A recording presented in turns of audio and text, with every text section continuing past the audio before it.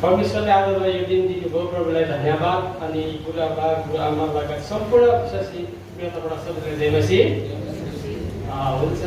यहाँ फुलभोजको बारेमा यो अवसर दिनुभएको बुढाबाले धन्यवाद। छोटो समय 5 मिनटको समय दिनुभएको छ। अनि म फुलभोजको बारेमा केही फन्डा ल्याएको छु। हामी सरस्वती ढिलो नगरिकन अगाडि बढ्नेछौँ। लुका 22 को हामी 15 देखि हामी 20 सम्म हेर्दैछौँ।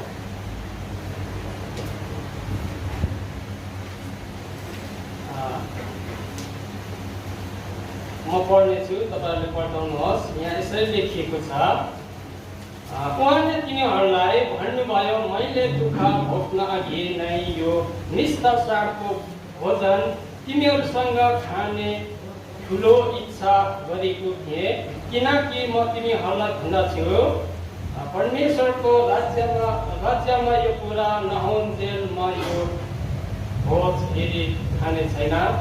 तर कचौरा लिएर धन्यवाद चढाउनु भएपछि उहाँले भन्नुभयो, यो ल्याऊ र तिमीहरू आपसमा बाँड, किनकि म तिमीहरूलाई भन्दछु परमेश्वरको राज्य नआउन्जेल अब उपरान्त अङ्गुरको रस म पिउने छैन। अनि उहाँले रोटी लिनुभयो र धन्यवाद चढाउनु भएपछि यो भाँच्नुभयो र तिनीहरूलाई यसो भन्दै दिनुभयो, तिमीहरूका निम्ति दिएको यो मेरो शरीर हो, मेरो सम्झनामा यो गर्ने गर।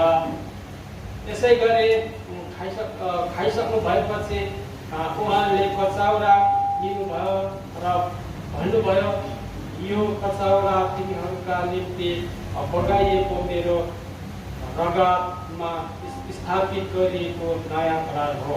आमेन। अनि यो जुन चाहिँ येशू ख्रीष्ट पक्रो पर्न अगाडि नै चेलाहरूसँग चाहिँ उहाँले भोज गर्ने यति एउटा के हुन्छ, भोज गरेर चाहिँ उहाँले चाहिँ खाने विचार गर्नुभयो, किनकि त्यो अन्तिम भोज थियो। त्यहाँ पछाडि चाहिँ उहाँले, किनकि उहाँ आएपछि मात्रै म खानेछु भन्नुभएको छ। यो चाहिँ एउटा भोज चाहिँ के हुन्छ त, हामीले एउटा यो उहाँको शरीर र उहाँको रगत, यो हामीले एउटा रोटी र यो एउटा कचौरा दाग रस उहाँले आफ्नो शरीर र रगत भनेर उहाँले भन्नुभयो। अनि यो जहिले जहिले हामी खान्छौँ उहाँलाई सम्झना गर्नेछौँ। अनि यो चाहिँ खाएपछि चाहिँ के हुन्छ त, हामी दिन प्रतिदिन नयाँ हुनको निम्ति, उहाँ जस्तै जिउनको निम्ति, उहाँ जस्तै हामी हिँड्नको निम्ति यो भोजको अवसर गर्नुभयो।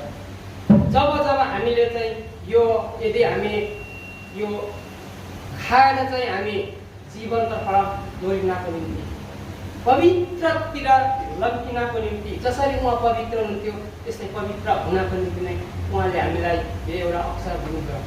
किनकि उहाँको साँच्ची र गवाई, यो खाएपछि तिमीहरू चाहिँ साँच्ची र गवाई बन्नेछौ भन्नुभएको छ। अझ हामी साँच्ची र गवाई चाहिँ अझ संसारमा हामी छौँ, तर हामी संसारको माझमा चाहिँ कस्तो गवाई दिइरहेका छौँ, यो महत्त्वपूर्ण हो। कतिपय साथी सङ्गतिको ठाउँमा चाहिँ म क्रिस्चियन हुँ भन्दा पनि कतिपयहरूले चाहिँ लाज मान्छ, तर हामी निर्धारका साथ हामी एउटा क्रिस्चियन, येशूको चेला, येशूको छोरो भनेर साँच्ची गवाई दिनु चाहिँ महत्त्वपूर्ण। यो खाएको नभए यो पिएको केही अर्थ हुँदैन। यो भगवानले एउटा महत्त्वपूर्ण हामीले यो एउटा विधि दिनुभएको छ। यो चाहिँ किनकि यो चाहिँ हामीलाई जीवन दिनको निम्ति यो येशूले अक्षर गर्नुभयो। हामी मृत्यु, उहाँले के भन्नुभयो, तिमीहरूले मृत्यु रोजेको म चाहन्न, तर जीवन रोजेको म चाहन्छु। त्यो भगवानले चाहिँ हामी जीवनतिर हामी लम्कनुपर्छ। परमेश्वर जीवन हुनुहुन्छ, त्यो भगवानले हामी कहिले पनि मृत्युतिर हामी दौडिनु हुँदैन। हामी जहिले पनि हामी जीवनतिर लम्किनुपर्छ, त्यहाँदेखि मात्रै हामी परमेश्वरसँग फेरि एक दिन यसरी एउटा भोज हामी उहाँसँग हामी एक दिन खानेछौँ। हालेलुया। हुन्छ, मेरो समय पुगेको छ। आउनुहोस् हामी भोजको निम्ति छोटो प्रार्थना गर्नेछौँ अनि हामी भोट बस्नेछौँ। आउनुहोस् हामी सबैजना आँखा चिन्नेछौँ। पिता हामी तपाईँलाई धन्यवाद दिन्छौँ। यस समय तपाईँको शरणमा आएका छौँ। आज तपाईँ जीव उठाउनु जुन मर्नुभयो अनि प्रभु तपाईँ अनि बढी उठ्नुभयो। आज तपाईँको विजयको दिन, आज जुन चाहिँ दिन यो समय हामी तपाईँको सम्झनाको निम्ति एउटा भोज हामी गर्न लागिरहेका छौँ। प्रभु बाबु हामी तपाईँलाई सम्झन्छौँ।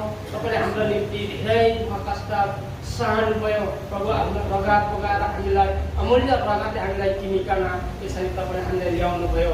आज मृत्युबाट तपाईँले हाम्रो जीवनमा डुराउनु भयो। पिता हामी तपाईँलाई धन्यवाद। हामी यो तपाईँको शरीर र तपाईँको रगत पिउनेछौँ। हामी यसले चाहिँ प्रभु सिद्धता र जीवनतर्फ हामी दौडिन सकौँ भन्ने बिन्ती प्रार्थना गर्दै प्रभु यो भोज अब दिनेछौँ। तपाईँको महिमा गर्छौँ। यसरी पवित्र नाममा आमेन।